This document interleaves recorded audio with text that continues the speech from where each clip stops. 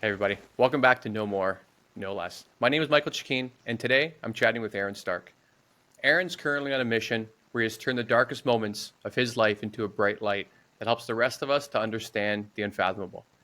Aaron grew up in a painful and abusive environment. He witnessed and experienced violence and substance abuse all around him.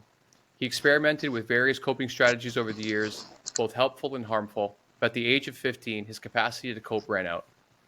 In 1996, Aaron planned to acquire a firearm and attack either North High School or the food court of a local mall. Thankfully, the kindness of a friend altered the trajectory of Aaron's plan, his life, and now he shares his story with the TEDx stage, law enforcement, and audiences like ours to help anyone who might be listening. So today we're going to dive deep into the darkness with Aaron, and he's going to show us the light. Aaron Stark, welcome to the show. Thank you for having me. I've listened and watched several of your interviews and presentations to prepare for this chat. And one thing I feel that your story is helping many of us understand is that school shooters or people that tend to perpetrate that kind of violence and violent behavior, it doesn't just fall from the sky or erupt because someone played Grand Theft Auto or Call of Duty or things like that. The way I'm understanding it is that it's really seeded from a toxic environment over time in relationships, and I'd love to know if you agree with that or how you see that. I completely agree. In my opinion, nobody ever starts in the pitch black. Nobody ever does. It's always a journey. Even the absolute worst, like think of the worst monster you could possibly think of. Someone like even like a Jeffrey Dahmer. At one time, that was a baby. That was a baby giggling and laughing and playing around. That didn't start as a cannibal monster. Like there was Right. a path that was walked down.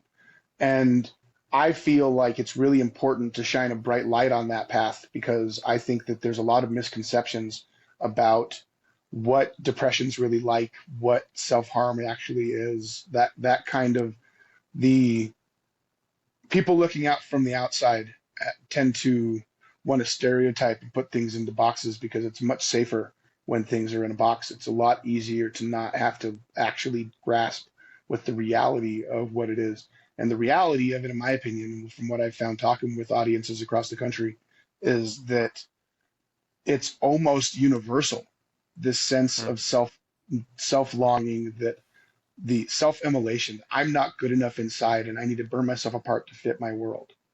And that Right. kind of feeling, it can express itself in multiple ways. And if it's not, if the kindness and goodness isn't cultivated, and if the darkness is pushed forward and applauded, and the anger and aggression is kind of the lifestyle, then that vocabulary of aggression and darkness just grows. It grows from that one sentence that I'm not good enough to everybody's not good enough to the everybody hates me to I hate me to and I hate me is one of the worst sentences that can happen. Because as soon as you start hating yourself, you when you hate yourself enough, you come to the conclusion that you're worthless and you're nothing, and then you do everything you can to make everybody agree with you. And that is a very terrible spot to be.